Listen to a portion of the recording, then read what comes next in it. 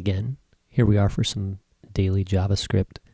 And in our last exciting episode, we made this ridiculous counter thing that just counts, right? It doesn't really do much.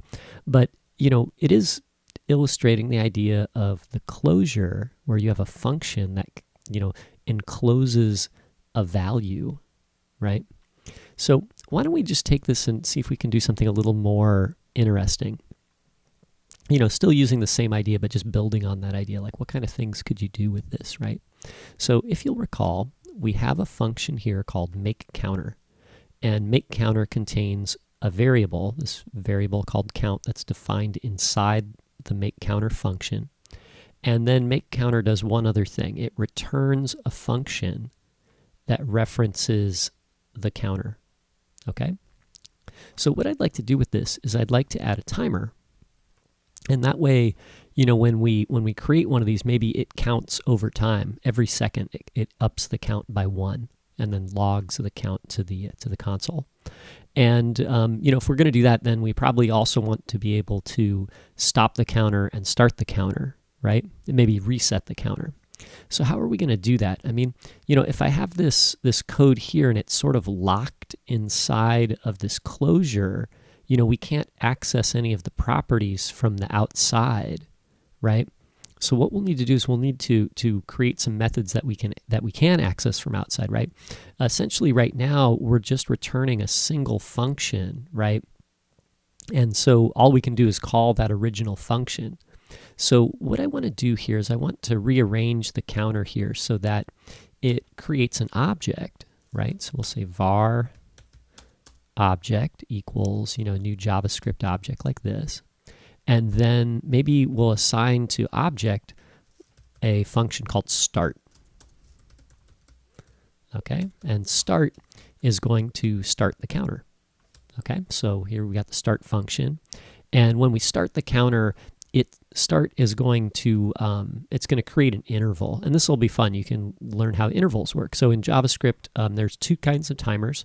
There's, what's the one? It's like set interval. And then the other one is set timeout. And so a timeout, I think, is a one-time counter, and an interval happens at intervals, so it runs forever. So, if you just want to do something once after a certain time elapses, you can use set timeout. And if you want to do a repeated action that happens over and over again at an interval, then you can call set interval. And so we'll do that here, right? Here's an example. So inside start, what I'm going to do is I'm going to do set interval, okay? And set interval takes a couple parameters. The first parameter is an object that it can call on, and then the second one is the number of the amount of time to wait in milliseconds, okay? It also, this set interval method also returns a value, which is a reference to the interval that you've created, and you need that reference in order to start and stop the interval. So if you want to, essentially you just need it to remove the interval, you need to be able to identify it by its reference. So so what we'll do is we're going to catch that in a variable also. I'll put that in a minute, right? So here we got a function here that I want to call on. And maybe we'll do this function, we'll use the idea that we did in a previous episode where we had, a function called print message, right? So what we'll do is we'll make a function up here called, print message, right? And remember, if you recall, if we set this up as a function inside of another function, this function is essentially private and inaccessible from outside, but it's okay for internal elements to call on the function, right? So the print message function, what we'll do is we'll say you are going to log to the console the value for count. So we'll say count colon plus count, okay?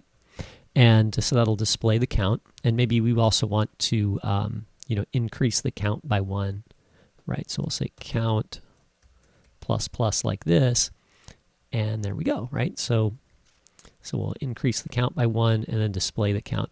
And then over here, when we call set interval, we'll get back to this, right? We'll say, print message.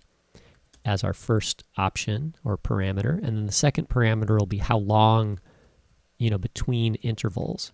Okay, so this one will say, every 1,000 milliseconds. So that's, every second, 1 second, and then the next second, right? So, so we've got that.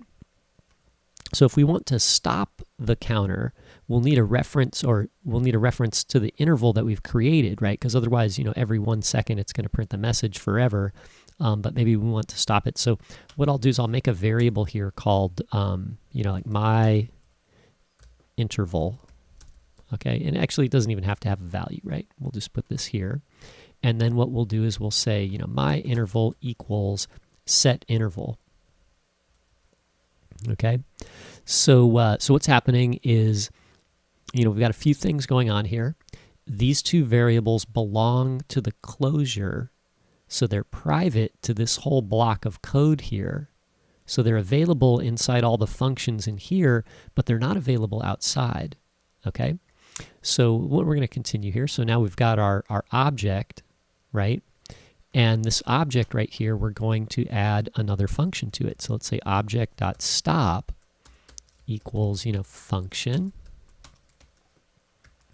And to stop the interval, what we'll do is we'll say, what is it? Clear interval. And then what we do is we give it the reference to the interval that we had. So we'll say my interval right here. Okay, so here, we've created an interval with set interval, and then over here, if you call and stop, then we'll clear the interval, okay, by removing it. So again, these two functions, start and stop, are attached to this object right here, and essentially everything in here, including the object, are private to the function, right? So we can't access them from outside. So how are we going to do that? Well, here's what I'm going to do. Instead of returning this function at the bottom, I'm going to return the object, okay? And let me just get rid of these counters down here for the moment, right? And what's going to happen is when we call on make counter, we'll create this closure, right? And it will create a couple variables, count, my interval, and object, obj, right? And it will also create this function called print message, and those will all be private to the closure. They won't be accessible from outside, okay? And then what we do is we return the object. So the object we can send to the outside world, and the outside world can interact with the object. So, from the outside, you'll get this object here, and you can call on the start method or the stop method, and those methods can do things internally with the rest of the code here, but from the outside you won't be able to set the counter or change the interval or modify the print message function, okay? So let's give it a try. So how do we do that? So remember, we're returning object here. So if we set up, a var, like counter A equals my, what is that? Oh, make counter, my mistake. Make counter, right? And there you go. So now we've got a counter here, okay? And then we can call counter dot start, and that will start the counter to counting, right? Let's give it a try.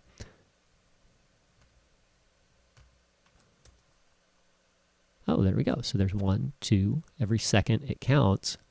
So that's working pretty good. And we could create multiple counters too. And maybe, we could set our counter up to print something on the page, or, maybe we could pass some parameters in to determine how fast the counter counted. And then, that way we could create multiple counters and set them each to different speeds, right? So you could create clocks this way. Let's give that a try just for fun, right?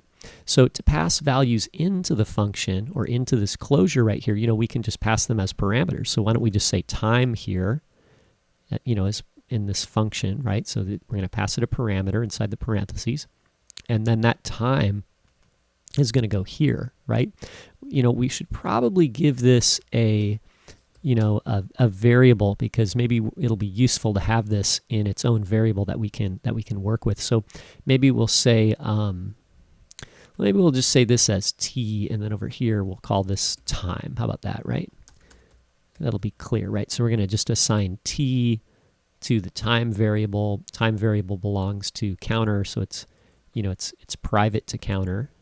And then over here where I had put the 1000, let's just swap that for time, right? So now every time you create a counter, you'll pass in the value for time, right, as t. We'll assign it to the variable here, and every time we create the new interval to start the timer, then the time that we set will be the amount of time between intervals, right? Okay, so let's do that now. So here I've got make counter, and I want to assign it a time. Maybe I want this timer to run faster than the old one, so I'll make it 500, right? And then let's test it. So it should be every half second now. Oh, so it's going pretty quick there, right? So that's working. Okay, so now how do we test the stop function? Okay, so let's do a quick example. I'll just set something up where if you click on the page, it starts the timer or stops the timer, right? Now, I need the timer to be able to tell me whether it's running or not. Okay, so it needs to be able to tell me whether the timer is running or not running, and then that way I can tell whether I should stop or start it, right? So to do that, I'm going to make another variable here called running, or maybe we'll call it is running. How about that? That's pretty explanatory, and I'll say false, right? So when we begin, our timer is not running, or at least this variable will say that it's not running, right? So now, whenever we start the timer, we'll say, is running equals true, and then now the variable reflects the state of the timer. And then over here, whenever we stop the timer, we'll say, is running equals false, right? So in this case, again, we're setting the state. So, this case, like the timer's not running, and so the is running variable is false, right? So that looks pretty good, but we've created, is running, and we're, remember these variables are all private. We can't access them from outside. So we need a way for the outside world to ask the value of is running, right? And we don't really want the outside world to be able to set it directly, because they might change, the timer might be running, and outside you might set it to, where it should be true because the timer's running. You might set the value to false, but if you just set the value to false, it's not going to stop the timer, right? You have to stop it by calling stop. So what we'll do is we'll say, object dot, maybe we'll make a function on here. How about, we can call it is running. I don't want to confuse people. We can just give it the same name, right? But this name belongs to object. It's not one of the private variables here, right? And then there's our function, and maybe this function here is going to return is running, right? Now don't get the two confused. This is running does not belong to this object because it doesn't have the keyword this in front, right? We could use a different name here too. We could have just said running, or get running, or something to imply that we're getting the the is running variable, right? Okay, so let's do this. Let's say after we start the timer, is running should be true. Maybe we'll do this. We'll say console log, and then we'll say counter a dot is running, right? And it's a function, so we'll put the parentheses there.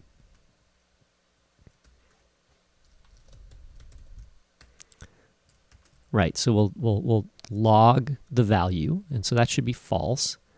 And then here, what we'll do right below there is we'll log the value again, and it should be true at this point because we started the timer, right?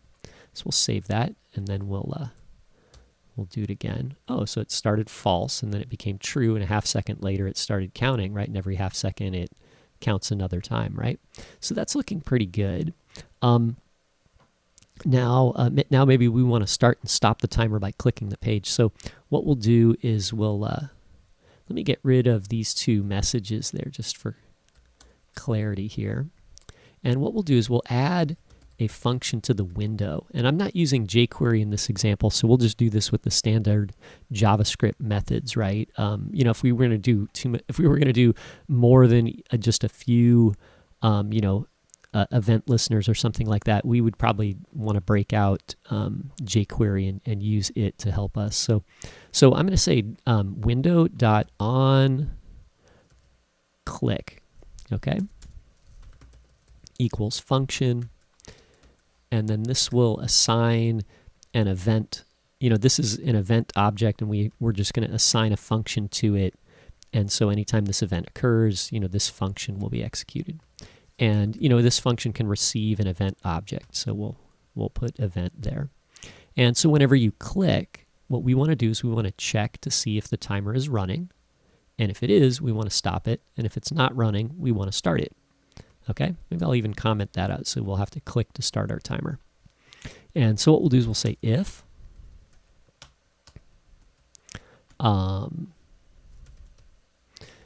counter A dot is running. So in that case, then we'll say, counter A dot stop, right? Because it's running, so we want to stop it. And if it's not running, else, we'll say counter A dot start. Okay, so there we go. So now, we click, and if the timer's running, then we're going to stop it. And if it's not running, we're going to start it. Okay, so we'll save that, and then we'll head back to the browser here. And so our timer isn't doing anything, and I click, and it begins counting. And then I'll click again, and you can see here it stopped counting. And then I'll click, and it starts counting again. Yeah, that's not too bad, right? And there you go. And we've got a pretty flexible system here, with a simple object that we can work with that has a couple methods. And, if you noticed, I'm using brackets, but as I type in brackets, it code hints me. And a lot of programs do that. A lot of, web editors for JavaScript will do that. So if I say counter A, what's nice here is since the variables inside of the closure, these variables belong to this function here. They do not belong to the object. They're not accessible.